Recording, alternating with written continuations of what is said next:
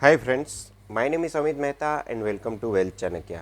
आज जिस स्कीम के बारे में हम चर्चा करने वाले हैं वो है एनपीएस यानी कि नेशनल पेंशन स्कीम। जैसे कि हमने अपने पिछले वीडियो में अटल पेंशन स्कीम के बारे में चर्चा की थी। तो दोस्तों, कोई भी पर्सन अगर रिटायरमेंट हो जाता है तो उसके बाद उसको एक मिनिमम अमाउंट एवरी मंथ चाहिए, जिससे कि उसकी रिटायरमेंट लाइफ अच्छी तरह से चल सके। तो अगर दोस्तों आपका टारगेट है कि आपको रिटायरमेंट के बाद एवरी मंथ अगर 1000 से लेकर 5000 तक की पेंशन मिले, तो आप मेरा पिछला वीडियो देख लीजिए अटल पेंशन योजना के बारे में। उसमें सभी डिटेल दी गई है कि जिससे आप मंथली, क्वार्टरली और एनुअली बेस पे सब्सक्रिप्शन करेंगे तो आपको रिटायरमेंट के बाद आपका जितना सब्सक्रिप्शन होगा उसी हिसाब से आपको 1000 से लेकर 5000 तक के रिटायरमेंट के बाद एक पेंशन मिलेगी। दोस्तों, आज हम जिस स्कीम के बारे में चर्चा करने वाले हैं वो बहुत ही फेमस रिटायरमेंट स्कीम है और ये गवर्नमेंट ऑफ इंडिया द्वारा इंट्रोड्यूस की गई है। तो दोस्तों, इस स्कीम का नाम है नेशनल पेंशन स्कीम। तो दोस्तों, सबसे पहले जान लेते हैं कि पेंशन की ज़रूरत क्यों पड़ती है। तो दोस्तों, करंटली जो यूनाइटेड नेशन की रिसर्च आई है उसके मुताबिक जैसे जैसे कि मेडिकल फैसिलिटी काफ़ी आगे बढ़ रही है, लोगों की लाइफ भी आगे बढ़ रही है, यानी कि उसकी एवरेज जो लाइफ स्पान है उसमें काफ़ी बढ़ोतरी हो चुकी है। तो उसके लिए रिटायरमेंट के बाद आपके पास अगर कोई इनकम का सोर्स नहीं है तो आपको एक रिटायरमेंट प्लान लेना ही चाहिए, जिससे कि आपकी पीछे की लाइफ स्ट्रेस फ्री निकल सके।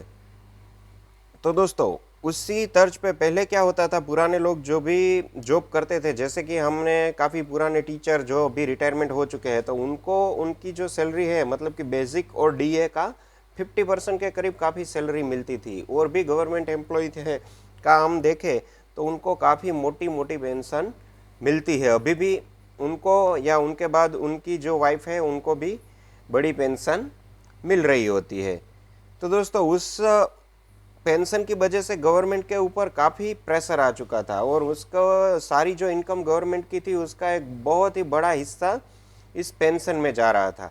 तो इसके लिए गवर्नमेंट ने क्या किया, जैसे ही हमारी इकोनॉमी ओपन हुई उस हिसाब से गवर्नमेंट ने 2004 के बाद जो भी एम्प्लॉय गवर्नमेंट में लगे हुए हैं वो पेंशन स्कीम के अंडर नहीं आते, मतलब कि पुरानी पेंशन स्कीम उनके लिए लागू नहीं होती। आर्मी इसमें एक ऑप्शन है कि आर्मी की अलग पेंशन स्कीम है, यानी कि आर्मी के अलावा बाकी जो डिपार्टमेंट है उनमें पेंशन स्कीम 2004 के बाद लगे हुए एम्प्लॉय के लिए नहीं है। तो दोस्तों, उनके लिए उनके पास ऑप्शन रहता है कि वो सेंट्रल गवर्नमेंट हो, स्टेट गवर्नमेंट हो, या फिर अनऑर्गेनाइज सेक्टर का कोई भी पर्सन हो, तो वो ये नेशनल पेंशन स्कीम लेके अपनी रिटायरमेंट लाइफ को सिक्योर कर सकता है। दोस्तों, तो इसके लिए एक रेगुलेटरी बॉडी का होना बहुत ही ज़रूरी था, जो कि इसकी सेंट्रल बॉडी हो और उसको डेवलपमेंट भी करे पेंशन की स्कीम को, और उसकी केयर भी करे और उस पर एक वॉच भी रखे। तो उसके लिए गवर्नमेंट ऑफ इंडिया ने 10 अक्टूबर 2003 को पीएफआरडीए का गठन किया, यानी कि pension fund regulatory and development authority of India. और उसी की तर्ज पे 2004 1 जनवरी 2004 को ये नेशनल पेंशन स्कीम को इंट्रोड्यूस की गया और 2009 से, यानी कि 1 मई 2009 से ये सेंट्रल गवर्नमेंट एक्सेप्टेंस आर्मी के अलावा सेंट्रल गवर्नमेंट की सारी की सारी जो संस्थाएं हैं उसके एम्प्लॉय हैं उनके लिए इंट्रोड्यूस की गई थी स्कीम। तो उसमें क्या होता है दोस्तों, किसी भी एम्प्लॉय का जो बेसिक सैलरी होती है और उसका डीए उसको मिला के उसकी 10% होती है, उसको आपको एनपीएस में अगर आप चाहे तो इन्वेस्ट कर सकते हैं। दोस्तों, तो नेशनल पेंशन स्कीम में हमें बेसिकली एक PRAN नंबर, यानी कि प्राण नंबर लेना होता है। वो होता है परमानेंट रिटायरमेंट एप्लीकेशन नंबर, उसको हम प्राण नंबर के नाम से जानते हैं। दोस्तों, तो वो पूरे ओवरऑल इंडिया में एक ही नंबर रहता है आपका रिटायरमेंट तक। अब दोस्तों, एनपीएस स्कीम के बारे में हम आगे जानते हैं। तो इसमें 2 तरह के अकाउंट का ऑप्शन अब मिल रहा है। धीरे धीरे ये स्कीम को आगे बढ़ाया, फिर स्टेट गवर्नमेंट के एम्प्लॉय तक भी इसकी रीच हो गई और अब ये हर कोई इंसान जो कि 18 से लेकर 60 साल के बीच का है वो इसमें अपना अकाउंट ओपन करवा सकता है। तो दोस्तों, इसमें बेसिकली 2 तरह के अकाउंट होते हैं, टीयर 1 टाइप अकाउंट और टीयर 2 टाइप अकाउंट। जो टीयर 1 टाइप अकाउंट है वो प्योरली रिटायरमेंट को ध्यान में रखते हुए ही बनाया गया है और उसमें काफ़ी सारे टैक्स बेनिफिट भी 80C के तहत जो भी मिलते हैं वो आते हैं। और ये नॉन विड्रॉएबल अकाउंट है, मतलब कि इसमें से आप अमाउंट विड्रॉ नहीं कर सकते। अमाउंट विड्रॉ की केवल 3 ही कंडीशन है दोस्तों, या तो आप रिटायर हो जाए, या फिर आपका रेजिग्नेशन हो जाए, या फिर आपकी डेथ हो जाए। तो इन तीनों परिस्थिति में टीयर 1 अकाउंट में विड्रॉल पॉसिबल है। दूसरा होता है दोस्तों, वो होती है वॉलंटरी रिटायरमेंट स्कीम टाइप, मतलब कि आपका सेविंग अकाउंट टाइप की ही स्कीम है। उसमें आप सेविंग ही कर सकते हैं अपने पैसों का, और आप जब चाहे उसमें से विड्रॉल भी कर सकते हैं। तो वो होती है टीयर 2 टाइप की स्कीम। ये टीयर 2 टाइप की अगर एनपीएस स्कीम आप खुलवाते हैं दोस्तों, तो ये पूरी टैक्सेबल है। टैक्स के हिसाब से देखें तो दोस्तों ट्रिपल ई टाइप की स्कीम पीपीएफ है।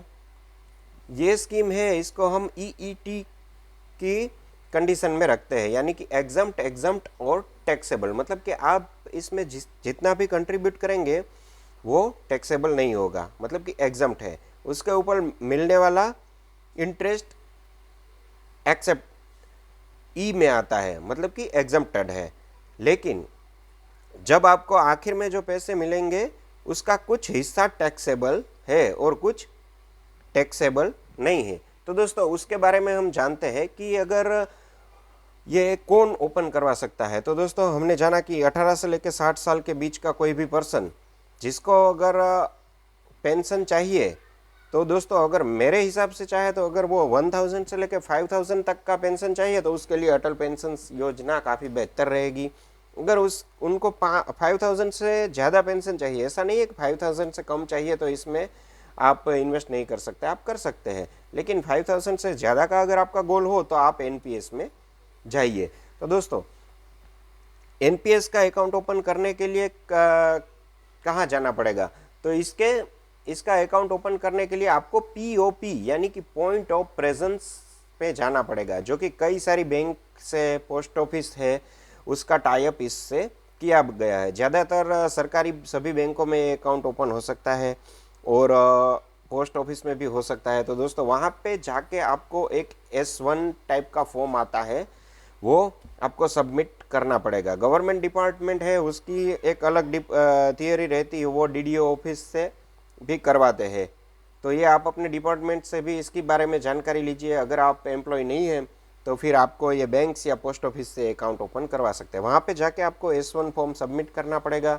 आपके केवाईसी के जो भी डॉक्यूमेंट है, जैसे कि रेसिडेंस प्रूफ है, आपका फ़ोटो आईडी है और आपकी इनकम का सोर्स वगैरह वगैरह, जो भी केवाईसी अपडेट करवाना है वो आप करवा दीजिए, तो आपका अकाउंट हो जाएगा। आपको प्रान नंबर मिल जाएगा, यानी कि आपका परमानेंट रिटायरमेंट एप्लीकेशन नंबर मिल जाएगा और आप एनपीएस में एक्टिवली पार्टिसिपेट कर सकते हैं। तो दोस्तों हम जानते हैं कि अगर आप सेंट्रल गवर्नमेंट के एम्प्लॉय है और आपने मान लीजिए कंट्रीब्यूट भी एनपीएस में करना चालू कर दिया है, तो दोस्तों 3 परिस्थिति में जैसे कि मैंने बताया कि आपका विड्रॉल पॉसिबल है अगर आपका अकाउंट टीयर 1 टाइप है। तो टीयर 1 टाइप अकाउंट में क्या होता है दोस्तों, अगर आप रिटायरमेंट हो जाते हैं तो आपका जो भी एक्यूमुलेटेड फंड हुआ एनपीएस में, उसका 60% फंड आप विड्रॉल कर सकते हैं। बाकी का जो 40% फंड रहा उसकी आपको एक एन्युटी प्लान लेना होता है। एन्युटी प्लान क्या होता है दोस्तों, पीएफआरडी का, उसके बाद आईआरडीएआई मतलब कि इंश्योरेंस रेगुलेटरी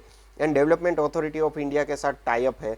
उसमें करीब 7 के 8 फंड है, जिसमें एसबीआई का है, एलआईसी का है, काफ़ी सारे फेमस फंड और इंश्योरेंस कंपनी है। तो उसमें से आप चाहे उस कंपनी का एक फ़ंड रिटायरमेंट के वक्त ले सकते हैं। वो फंड काफ़ी अलग अलग चीज़ों के होते हैं। उसमें कुछ फंड इक्विटी बेस्ड होते हैं, कुछ फंड गवर्नमेंट बॉन्ड्स में इन्वेस्ट करते हैं, कुछ फंड्स अलग अलग चीज़ों में इन्वेस्टमेंट है। तो आपको जो सूटेबल लगे उसमें आप इन्वेस्ट कीजिए और उस हिसाब से आपको रिटायरमेंट के वक्त आपकी 40% एन्युटी अमाउंट का प्लान लेना पड़ेगा और उस हिसाब से आपकी पेंशन आपको मिलेगी। अब दूसरा होता है, अगर आप रेजिग्नेशन कर देते हैं किसी भी जॉब से, तो फिर आपको 20% ही आपका टोटल फंड इसमें जो एक्यूमुलेटेड हुआ है वो मिलेगा। बाकी की 80% का आपको आगे बताया वैसा ही प्लान कोई भी आपको जो सूटेबल लगे वो लेना पड़ेगा और उस हिसाब से आपकी पेंशन शुरू हो जाएगी।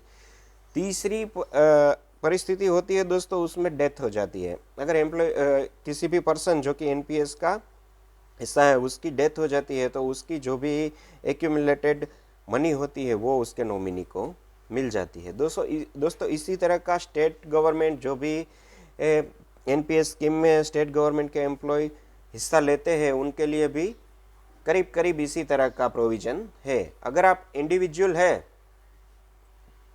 तो इसमें प्रोविजन इस तरह का रहेगा, वो आप अकाउंट ओपन कीजिए और इसमें आप ये ध्यान रखिए कि रिटायरमेंट, रेजिग्नेशन और डेथ पे बेनिफिट मिलेंगे। बाकी की अमाउंट का आपको प्लान लेना पड़ेगा।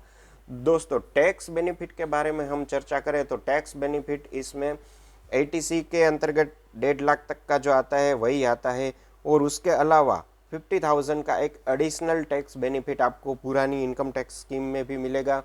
और नई इनकम टैक्स स्कीम का अगर आप लाभ उठाते हैं और नई इनकम टैक्स स्कीम जो कि करंटली इसी ईयर यानी कि 2021-22 के से शुरू हो रही है, उसमें अगर आप अप्लाई करते हैं तो इसमें केवल और केवल एनपीएस ही टैक्स बेनिफिट के लिए अलाउ है और 50,000 तक का टैक्स बेनिफिट मिलेगा।